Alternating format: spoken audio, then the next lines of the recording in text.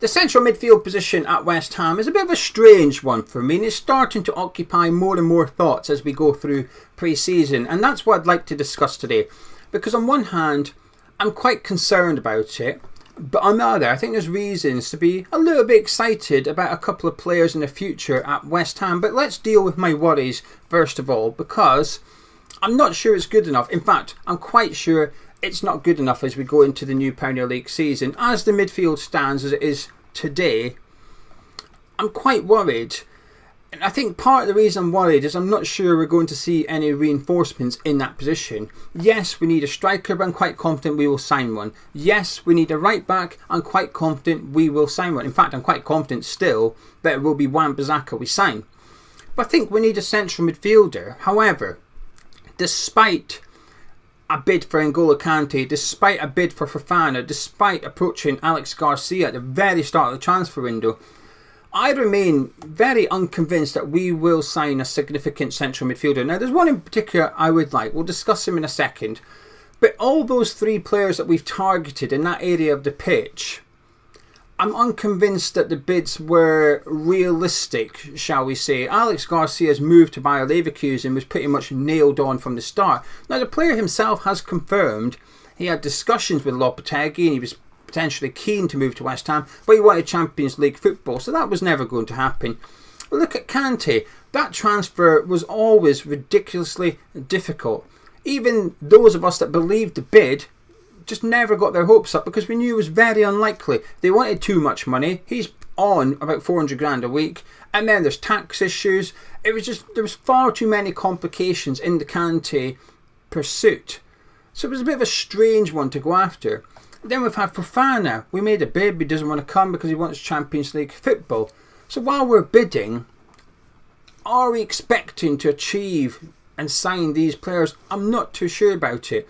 But what we're going to do now, are we still going to have 30 million to spend on a midfielder? Because apparently we bid 25, 30 million for Fofana. So do we still have that budget allocated to a midfielder? I'd be surprised if we did. I hope we do, because it would mean that we could go get the player we really like. But I'm unsure. And I just think the midfield as it is today with the options we've got, it isn't good enough. I think Edson Alvarez is a fantastic player. I've got concerns over Souček working under Lopetegui.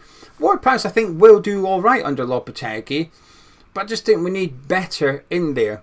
Now, Andy Irving, it's a fun story, but that's all it is at present. He may go on and become a really good signing.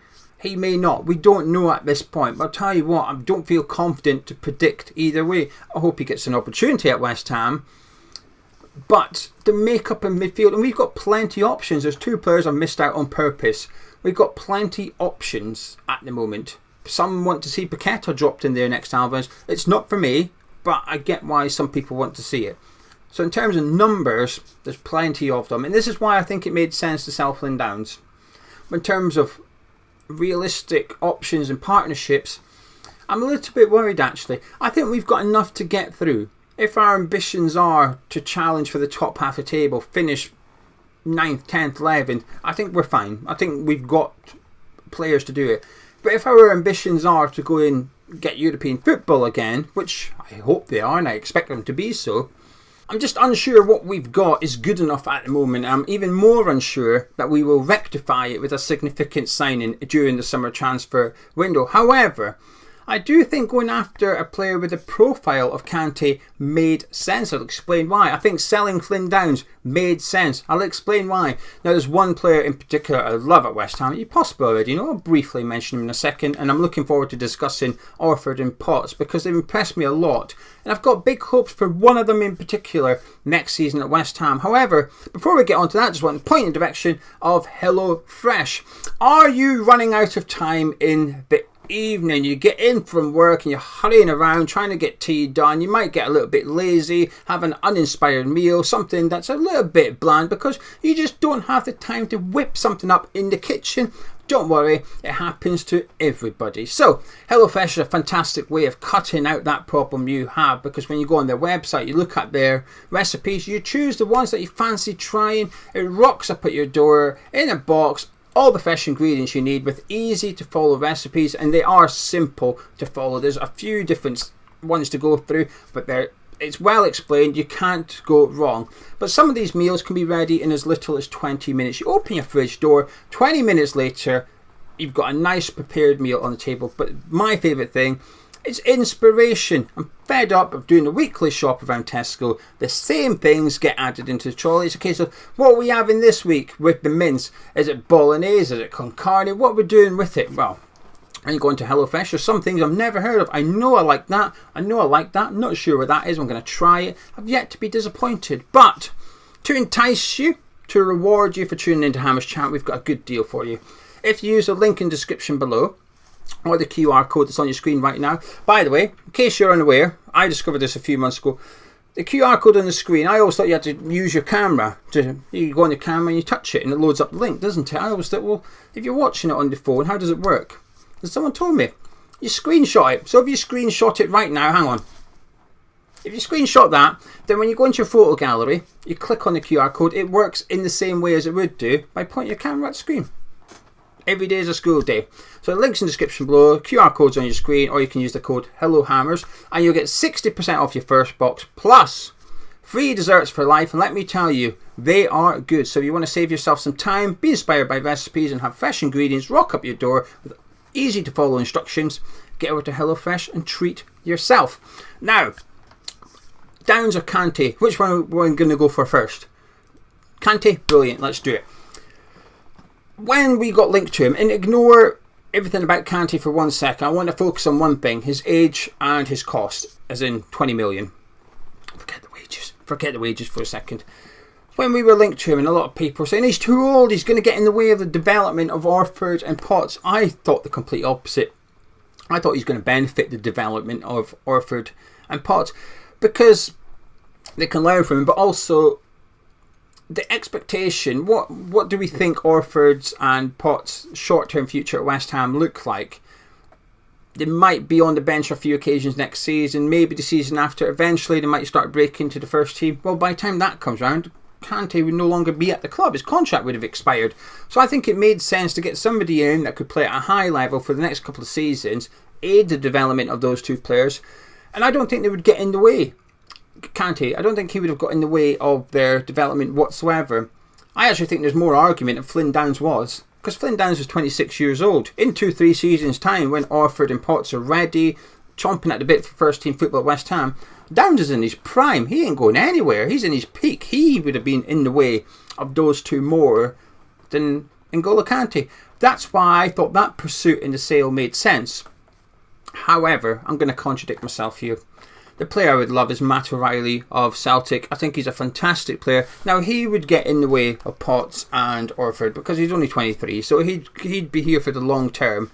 But, and I suppose I could use this for Downs, but I'm going with it.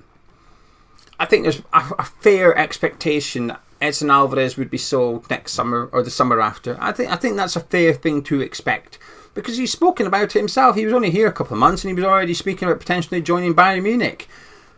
Edson Alvarez will see himself at a different club than West Ham in a few seasons' time, I'd imagine. His ambition will outweigh what we can realistically expect to achieve. So by the time that occurs, O'Reilly's a bit older and Orford and Potts are ready. I appreciate you. You say, well, that applies to Downs. That's true. You got me there. But I just think O'Reilly's an exceptional talent, available at a very realistic price. I reckon 25 million would get him out of Celtic. Southampton are maybe bidding for him. Atlanta have made about 3 bids for him. He's gettable. Get O'Reilly to West Ham, please. Anyway, moving on to the players that we've currently got. Freddie Potts and Lewis Orford. I think they both had good pre-seasons. I think a lot of the youngsters have. However, I think Freddie Potts has been our best player in pre-season, along with Kudus. I think Potts has been fantastic. Came back from Wycombe in the summer and won Player of the Year, Supporters Player of the Year, so he picked up the double award when he was on loan at Wycombe last season. I've spoken to a Wycombe, just one, I've spoken to a Wycombe fan quite often throughout the season. And I was trying to get him on a video and he said he would, but he just never really came to doing the video part. But he'd always give me reviews of Potts and then eventually Kadua. And I liked what I heard. He was quite, he's good enough for West Ham. I was taking it with a pinch of salt because we do it, don't we? We big up our own players. And while he was a West Ham player at Wycombe, he was their best player last season. So he's going to get excited about his potential. But I have been incredibly impressed by what I've seen pre-season. I'm trying to take it with a pinch of salt. And I did against the Hungarian side, Ferencváros, and as well as Dagenham Redbridge, because of who they were. But against Wolves, I thought, here we go. Now we're going to see. I thought he was really good. I thought him and Kudus and Agerd were our best players in the first half. And I thought Marshall looked good when he came on. That was the 4 players that stood out to me the most against Wolves. But I thought Potts was excellent. I thought he was quiet for the first 10-15 minutes of the game. I thought the centre-backs were struggling to distribute it from the back. There wasn't much options between Potts and Souček. Orford was the one doing that in previous games, dropping back a little bit deeper than Potts. He was out of there and it wasn't really happening. But I thought he started to do it. I thought he's playing in the middle of the park later on as well. I thought he was really getting into the game. He looked comfortable, he looked composed, he looked brave. But his reading of the game was excellent, very intelligent. I've got a bit excited. Now earlier today, Gonzo, when we did the player ratings, we did player discussion video, if you like, on Patreon. Gonzo said, Lopetegui said there's one youngster that's going to be around next season. So I went looking for the comment, and it's funny, 2 people can read the same thing but we take it differently. So Gonzo took it as Lopetegui saying one of these youngsters are going to be with us next season, but I took it as at least one of these youngsters are going to be here next season. But we thought, well, I wonder who he's referring to. But as soon as Gonzo said, I thought, well, it'll be Freddie Potts. He just looks ready. He looks better. Now, I like to think I'm quite level-headed when it comes to players from the academy. Long-term subscribers may disagree, but I feel like I'm quite fair. You know, for example, when the under-18s had their season, I said, if 2 of these can make it into the first team, that's a huge success. There's youngsters involved with the first team pre-season. I don't think they're going to make it at West Ham. I'm not going to say who they are. I don't want to be negative about it because I hope they go on and prove me wrong. But I think there's only a couple I'm looking at thinking he's good enough for West Ham long-term. Potts is one of them. Orford is another one. So I feel like I'm level-headed. But I want to see these academy players making the step up. Lopetegui has spoken about giving them the opportunity. I ain't reading anything. Pre-season is an opportunity to impress, that's all.